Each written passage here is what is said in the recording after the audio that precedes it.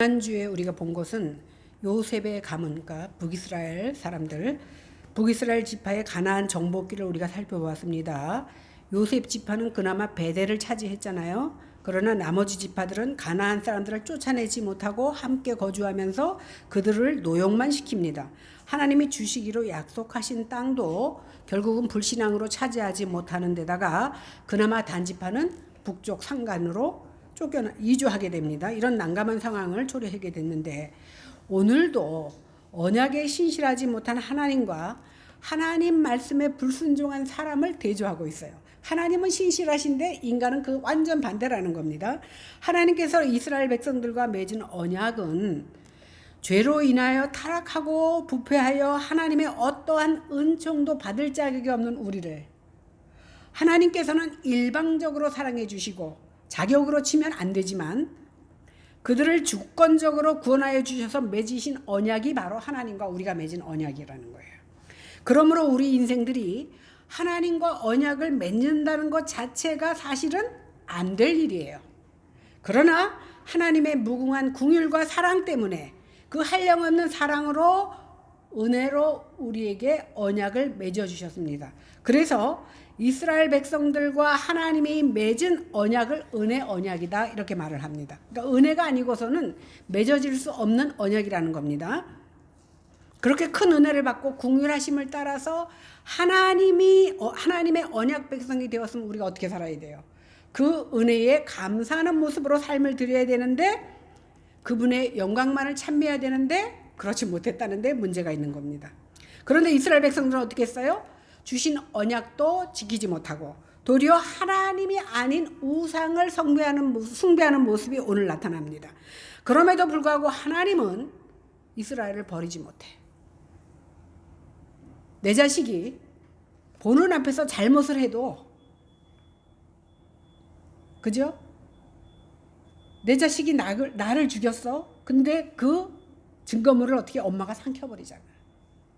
나는 죽지만 자식은 살리고 싶은 것이 부모의 마음이듯이 오늘 부모를 통해서 부모가 자식을 사랑하는 것을 통해서 내가 너희를 그보다 더 사랑한다는 것을 오늘 하나님은 보여주고 계시는 겁니다. 그래서 하나님께서는 비록 너희는 내 언약을 배신했지만 나는 너희를 버리지 아니하시고 끝까지 사랑하시고 너희의 필요한 것들을 채워주신다. 이렇게 하나님께서는 신실하게 당신이 세운 언약을 지키십니다. 그래서 오늘은 두 부분으로 나뉘는데요. 하나는 앞부분은 여호와의 사자가 나타나신 이유, 두 번째는 6절 이후부터는 여호수아가 죽은 후의 이스라엘 상태 이렇게 보여주고 있습니다. 길지만 1절 2절을 다시 한번 읽어보겠습니다. 시작. 여호와의 사자가 길갈에서부터 복임으로 올라와 말하되 내가 너희를 애굽에서 올라오게 하여 내가 너희의 조상에게 맹세한 땅으로 들어가게 하였으며 내가 이르기를 내가 너희와 함께한 언약을 어기지 아니하리니 너희는 이 땅의 주민과 언약을 맺지 말며 그들의 제단을 헐라 하였거늘 너희가 내 목소리를 듣지 아니하였으니 어찌하여 그리하였느냐. 여호와의 사자가 복임에 나타났습니다. 환상 중에 나타난 게 아니라 진짜 나타났습니다. 보이는 현상으로 길갈은 이스라엘이 요단강을 건넌 후에 가나안을 정복하기 위한 거점 주둔지로 삼은 곳이 길갈입니다. 복임은 어딘지 자세하게 알려지지 않아서 잘 모릅니다. 그러나 길갈보다는 위쪽에 있는 도시다 이렇게 생각할 수 있습니다. 이 복임이라는 것은 우는 사람들이란 뜻을 가지고 있습니다. 여기서 우는 사람이 누굽니까? 이스라엘 백성들입니다. 하나님께서는 이스라엘과의 약속을 신실하게 지키셔서 이스라엘에게 약속한 대로 이스라엘을 출애굽시키셨고 가나안 땅 약속의 땅으로 이끌어 들어가게 하셨습니다. 그러나 이스라엘은 어떻게 했습니까? 시작부터 끝까지 불순종의 연속이었습니다. 유다 지파가 아도니 베색을 죽이지 않고 죽이라고 그랬잖아요. 진멸하라고 그랬는데 죽이진 않고 어떻게? 엄지손가락하고 엄지발가락을 자르고 예루살렘에 와서 베색 스스로가 죽었다는 건 아니고 베색이 아무튼 죽었습니다. 이것을 시작으로 해서 철병거가 있다라는 핑계로 골짜기 주민들을 쫓아내지 않았고 또 가나안 사람들을 쫓아내지 않고 고역을 시키면서 같이 거주했습니다. 이뿐입니까? 하나님께서는 가나안 족속들과 어떠한 언약도 맺지 말라고 하셨지만 이스라엘 백성들은 하나님의 말씀을 듣지 않는 정도가 아니라 우상의 그 본거지조차도 제단조차도 헐지 않았습니다. 이로 인해서 결국 이스라엘은 자연스럽게 우상 숭배하는 그런 민족이 되고 맙니다. 오늘 여호수아 24장에 보니까 여호수아가 죽기 전에 이스라엘 백성을 세겜에 불러서 여호수아가 뭐라 그럽니까? 너희는 여호와만 섬기라 이렇게 말합니다. 그랬더니 이스라엘 백성들이 자신만만하게 뭐라 그럽니까? 나와 내 집은 여호와를 섬기겠다라고 자신만만하게 말합니다. 그런데 얼마 못 가서 이스라엘은 가나안인들이 섬기는 우상을 숭배하고 말았습니다. 이는 가나안 정복 시 우상 제단을 헐라라고 하신 말씀을 지키지 않았기 때문에, 그것을 그냥 놔두었기 때문에 생긴 결과입니다. 그래서 이스라엘의 가나안 정복 실패가 여호와께 대한 불순종 때문에 기인한 것임을 깨닫게 하고 이스라엘을 언약의 순종으로 이끌기 위해서 하나님께서는 그의 사자를 복임에 나타나게 하셨다라는 겁니다. 하나님께서 이스라엘과 언약을 맺는다 할 때 히브리어로는 베리트 카라트 이렇게 말하는데 이 뜻은 뭐냐면 언약을 자르다, 이 뜻이에요. 잘라버린다라는 뜻을 갖고 있습니다. 우리가 창세기에서도 보았지만 고대에는 하나님과 언약을 맺을 때 아니면 언약을 맺을 때 동물을 반으로 갈라서 약속의 증표로 삼았습니다. 동물을 반으로 가르면 동물이나 뭐 사람이나 반으로 가르면 어떻게 돼요? 처참하게 죽어. 이 내장이 다 나와서 죽습니다. 이것은 어느 한쪽이 언약을 파기할 때는 이렇게 갈라진 동물처럼 처참하게 죽는다라는 것을 보여주는 거거든요. 그러므로 언약을 파기한 이스라엘 백성들이 사실은 어떻게 돼야 돼? 동물처럼 반이 갈라져 죽어야 돼. 그러니까 결국은 이스라엘 백성들이 하나님 앞에 징계를 받는 것은 당연하다라는 것을 오늘 말씀을 통해서 보여주고 있는 겁니다. 하나님께서는 이스라엘에게 뭐라 그랬냐면 신명기 20장에 보니까 가나안 족속들 가운데 호흡이 있는 자마다 숨쉬는 자마다 다 하나도 살리지 말고 다 죽이라고 말했습니다. 가나안 땅에 호흡이 있는 자는 철저히 진멸하여 그들과 화친도 맺지 말고 언약도 맺지 말고 우상을 따르지 말라라고 분명히 미리 말씀해 주셨어요. 그런데 이스라엘은 가나안 땅에 입성한 후에 계속 거꾸로만 행동해. 그죠? 하나님이 하지 말라는 것을 슬쩍 비켜서 하고 공식적으로 못하고 슬쩍 비켜서 반은 순종하고 반은 따르지 않고 결국은 순종하지 않은 거지요. 이렇게 따르지 않았습니다. 그러나 하나님께서는 너희와 맺은 언약을 나는 하나도 어기지 않고 신실하게 지켰고 모든 의미를 다 이행했는데 왜 너희는 이렇게 지키지 못하느냐 이렇게 말하고 있는 겁니다. 3절에서 5절을 보겠습니다. 시작.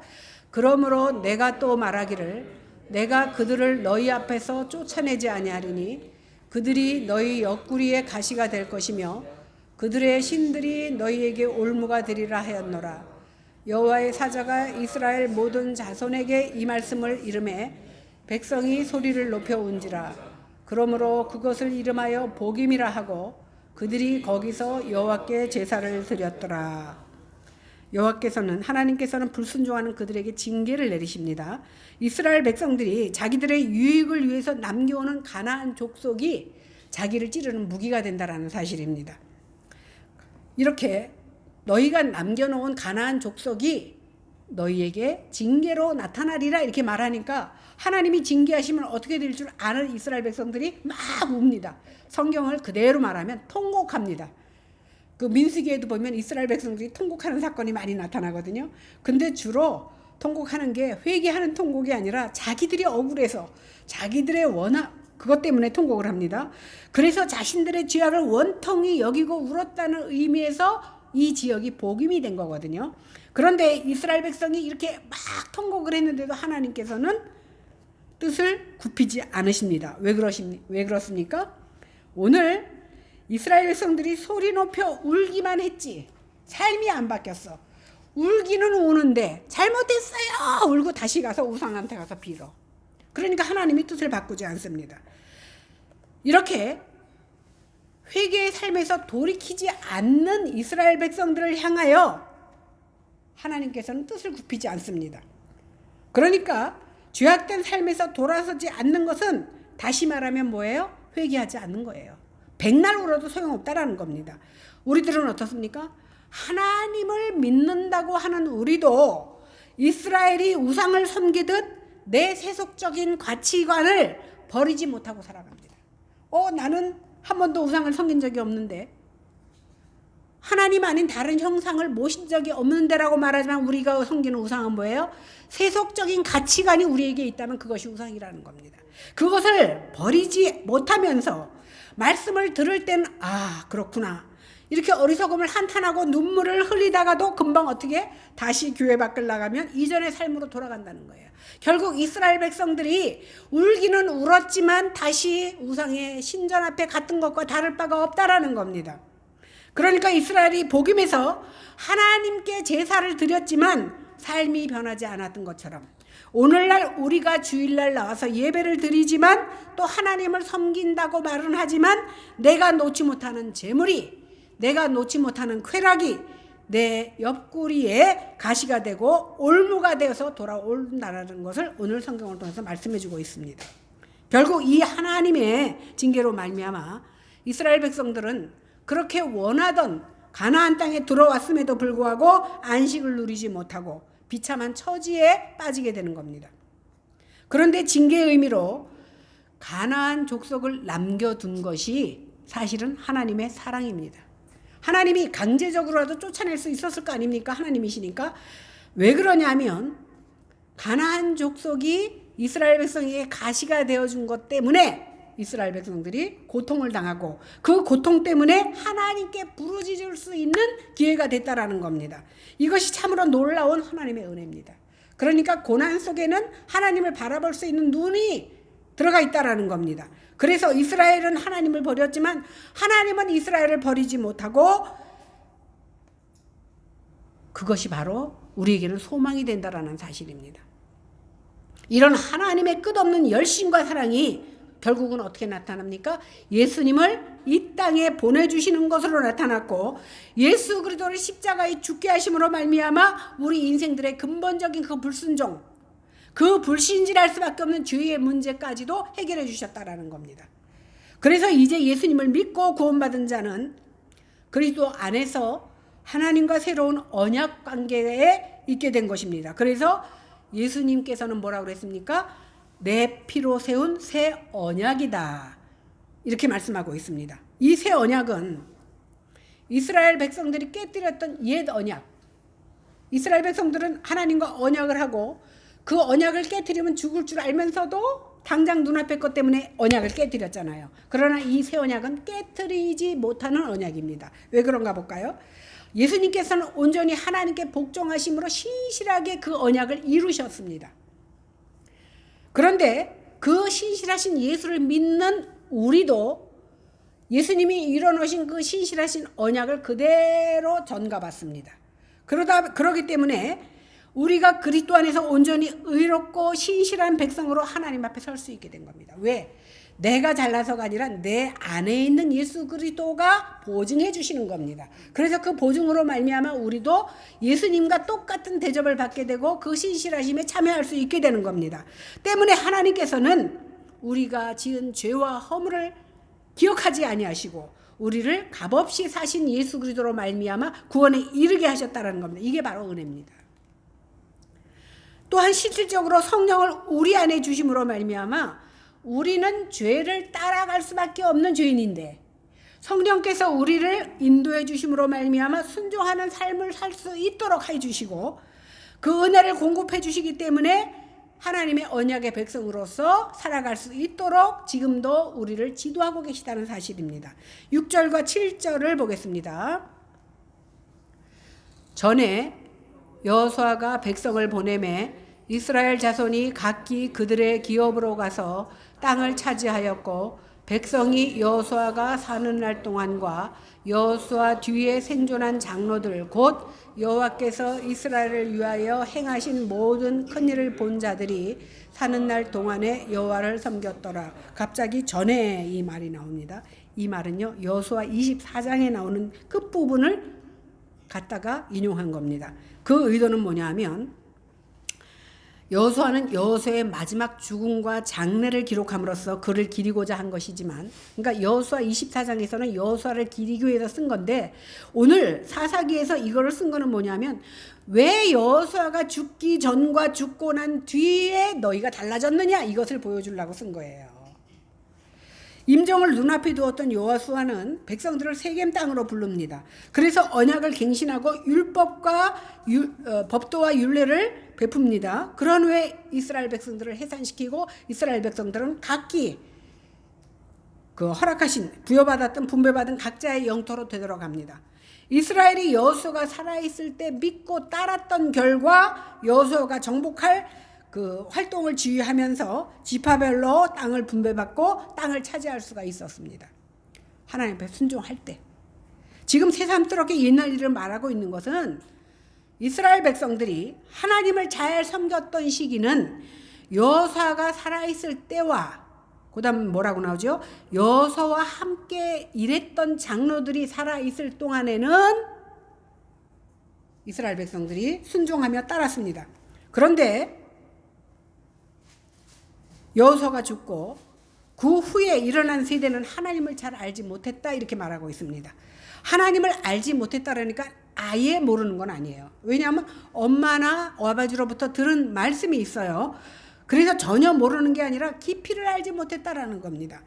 이스라엘이 하나님을 제대로 알지 못하다 보니까 우상 숭배를 해. 가끔 저는 그 세상 사람들을 만나서 대화할 때가 있잖아요. 그럴 때 보면 아무렇지도 않게 막 세상에서 잘 나가고 막 이런 거를 들을 때, 저 사람들 너무 불쌍한데 왜 저걸 깨닫지 못할까? 그런 마음이 들 때가 있어요. 아마 이스라엘 하나님이 보실 때에 오늘 후세들이 그러한 모습이었지 않을까, 이런 생각이 듭니다. 오늘날도 우리가 다음 세대에 신앙을 유업으로 물려주지 않는다면 그 다음 세대는 하나님을 제대로 알 수가 없어요. 사실 제가 생각해 보니까 우리 할아버지 성함을 잊어버렸어. 그러면 할아버지 성함도 잊어버렸는데 증조 할아버지는 더 모르죠. 생각해 보면 불과 2세대 지나갔는데 잊어버렸어. 알았거든요. 할아버지 성함을 잊어버렸어요. 그러면 증조 할아버지도 듣기는 들었지만 전혀 기억이 안 나. 다음 세대는, 그러면 제가 모르는데 얘네들이 알겠어요? 얘네들이 모르는데 유아가 알겠어요? 더 모른다는 거예요. 마찬가지로 우리가 하나님을 섬겼어요. 그러나 세대가 지나가면서 달라진다는 거예요. 지금도 사사시대와 다를 바가 없습니다. 자기의 소견대로 살아가는 시대가 사사시대였고, 자신의 생각을 존중하는 시대가 바로 사사시대였습니다. 지금 똑같잖아요. 하나님의 생각보다 사람의 생각을 더 중요하게 생각하고 여기는 그런 삶을 사는 것이 사사시대와 똑같다라는 겁니다. 이런 시대에 여호수아보다 더 좋은 영적 지도자가 있는데 그분이 누굽니까? 예수님이에요. 영원히 변치 않는 예수님을 우리에게 주셨음에도 불구하고 우리는 여호수아가 살아있을 동안에 지켰던 이스라엘 백성들보다 못하게 신앙생활을 하고 있다는 것이 문제인 겁니다. 오늘날 사사시대와 다른 점이 있다면 지금은 만인 제사장 시대입니다. 그 당시에는 믿는 자들이 직접 하나님을 대면할 수 없었지만 지금은 우리가 직접 하나님께 나와 기도할 수 있고 주님이 항상 내 곁에 계시는 임마누엘의 역사를 우리는 체험하며 살아갑니다. 그렇기 때문에 아무리 고난의 광풍이 불어오고 큰 물결이 일어서 배가 뒤집힌다 할지라도 우리는 하나님 앞에 바로 기도할 수 있어요. 그리고 바로 외칠 수가 있습니다. 그러니까 어떻게 보면 여호수아가 살아있을 때보다 그 시대보다 더 예수를 더 잘 믿을 수 있는 시대에 우리는 살아가고 있습니다. 그런데 그러지 못하다 보니까 오늘 하나님께서 복임의 사자를 보냈던 것처럼 영이신 하나님께서 내가 있는 곳에 오늘 보내셔서 끊임없이 성령으로 우리에게 말씀하십니다. 너 왜 그따위로 믿어? 잘 믿어. 이렇게 옆에서 우리에게 성령을 통해서 지시하시는데 우리의 영적인 귀가 막혀서 듣지 못할 때가 많다라는 거예요. 10절을 보겠습니다. 시작. 그 세대의 사람도 다 그 조상들에게로 돌아갔고 그 후에 일어난 다른 세대는 여호와를 알지 못하며 여호와께서 이스라엘을 위하여 행하신 일도 알지 못하였더라. 여호수아가 죽기 전에는 여호와를 잘 섬겼는데 그들이 다 죽고 난 후에는 여호와를 잘 알지도 못하고 여호와께서 이스라엘 위하여 행하신 일도 다 까먹었어. 우리는 6.25를 겪진 않았지만 우리 엄마 아버지가 하도 얘기해서 어느 정도 알잖아. 그러면 그 다음 세대에게 6.25를 말해보라 그러면 우리보다 더 몰라. 마찬가지로 세대가 가면 갈수록 하나님을 알지 못하고 하나님이 행하신 일이 희미해진다는 거야. 이스라엘 백성들은 한 세대 만에 여호와 하나님과의 언약을 까마득히 잊어버리고 그 신앙과 정통도 무시한 채 이방 백성들과 다를 바 없이 돼버렸다는 거예요. 거기서 섞여 사니까. 이것은 언약에 신실하지 않은 정도가 아니라 하나님도 언약도 모르는 철저하게 영적으로 무지해버린 상태로 타락했다라는 것을 말하고 있는 겁니다.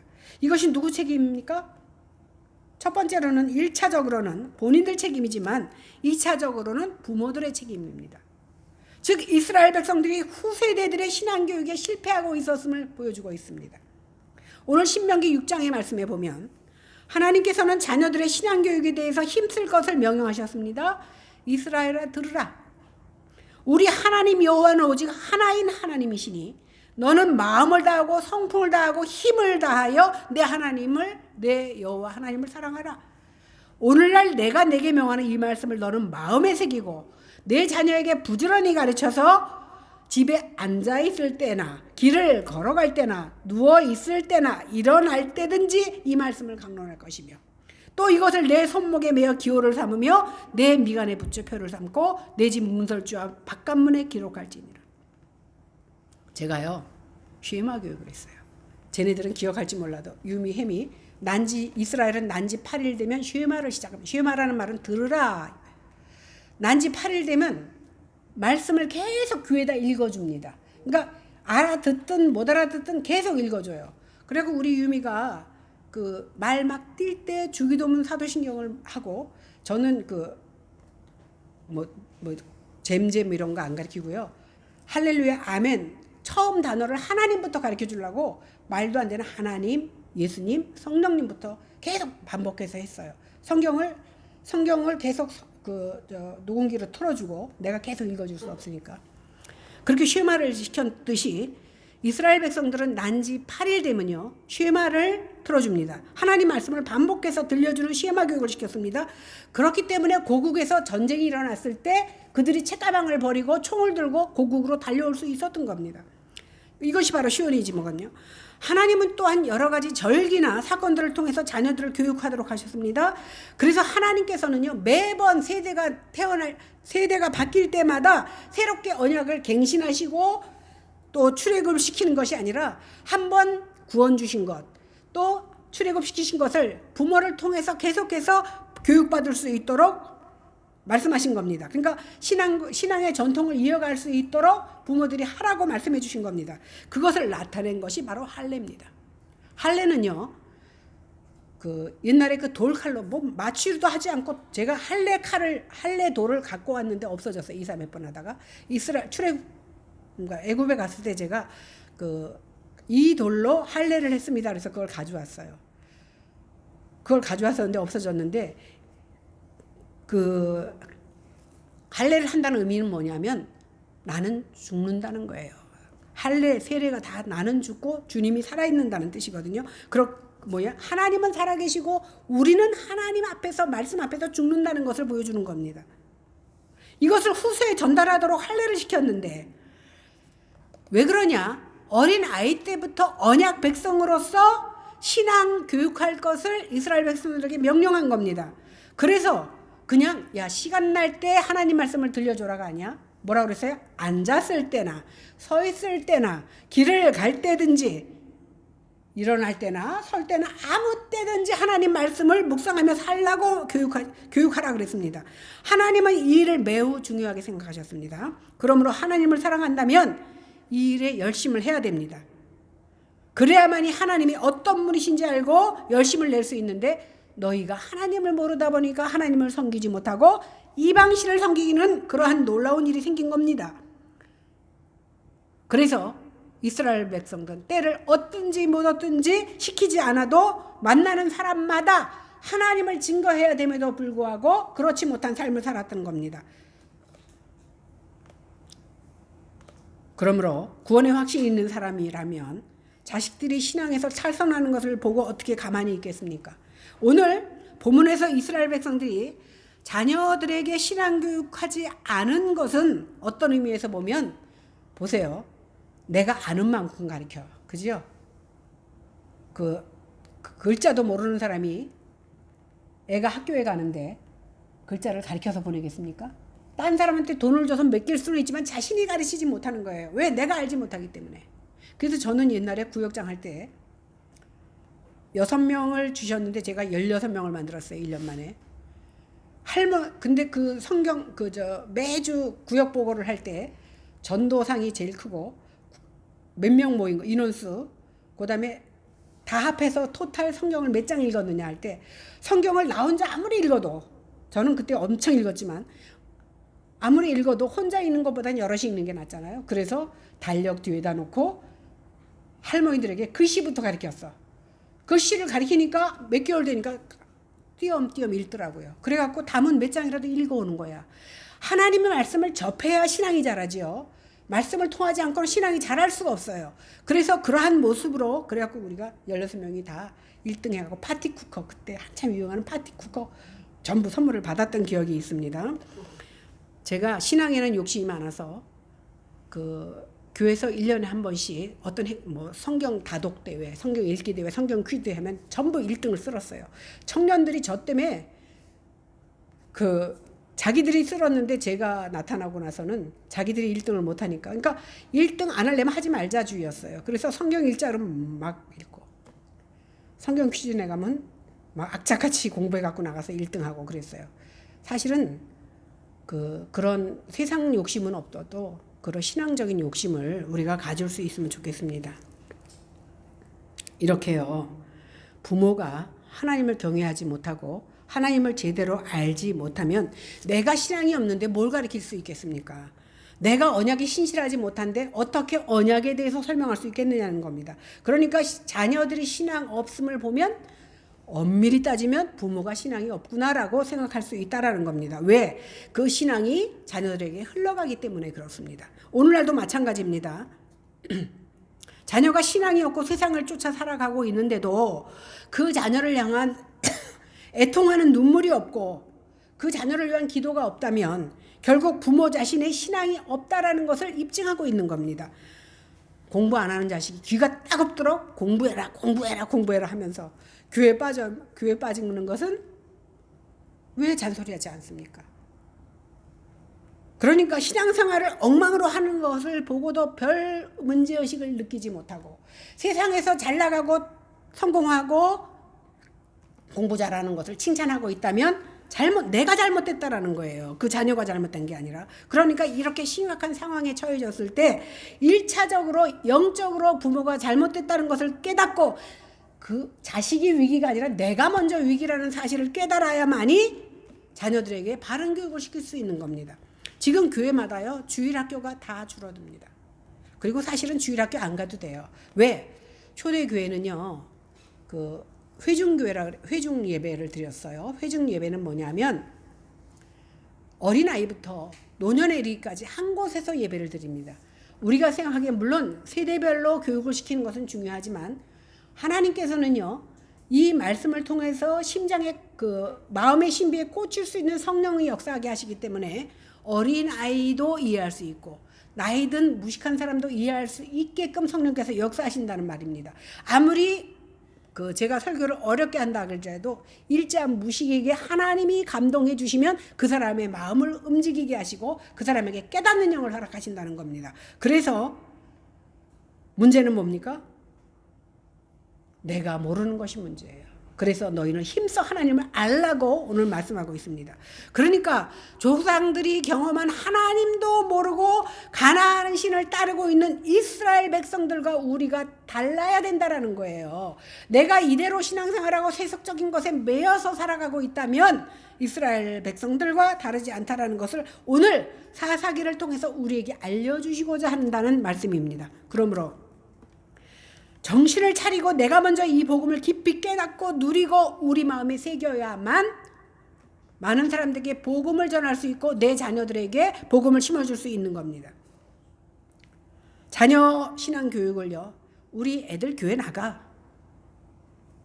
교회 나가는 것은 안 나가는 것보다 낫죠. 그러나 교회에서 신앙생활을 다 시켜준다고 맡겨두면 안 됩니다. 왜? 교회 나가는 것은 하루예요. 그럼 나머지 6일은 어디서 지냅니까? 물론 7일을 다 지내죠. 그러니까 교회는 한계가 있을 수밖에 없습니다. 교회와 가정이 함께 동역해서 어찌하든지 이 아이가 믿음 안에 바로 설 수 있도록 기도와 말씀으로 가르쳐야 된다는 겁니다. 그리고 결국 성령께 맡기고 이 자녀를 위해서 기도할 때 그 자녀가 바로 설 수 있는 겁니다. 이 시간 성령께서 도우셔서 이스라엘 백성들이 불신앙의 모습을 우리는 반면교사로 삼아야 될 줄로 믿습니다. 그래서 그리스도 예수 안에서 허락된 새 언약의 복이 얼마나 크고 가치 있는 것인지를 깨달아서 그 언약을 붙잡고 그 언약에 헌신하며 언약 백성으로 살아갈 때에 나뿐만이 아니라 내 이웃도, 내 자녀도, 내 가족도 하나님의 축복을 받는 줄로 믿고 그 대열에 함께 참여하는 저와 여러분들이 되시기를 주님의 이름으로 간절히 축원합니다. 기도합니다. 하나님, 신약에서 허락하신 말씀만 우리에게 근접한 줄 알았더니 하나님은 구약의 말씀을 통해서도 예수 그리스도를 보여주시고 그 언약을 우리에게 다시금 깨달을 수 있도록 도와주시니 감사합니다. 그 언약의 말씀이 우리의 마음 신비에 새겨짐으로 말미암아 어디를 가든지 무엇을 할지라도 나뿐만이 아니라 내 자녀에게도 내 이웃에게도 그리스도를 증거하는 저희들의 삶이 되게 하여 주시옵소서. 감사드리며 예수님 이름으로 기도했습니다. 아멘.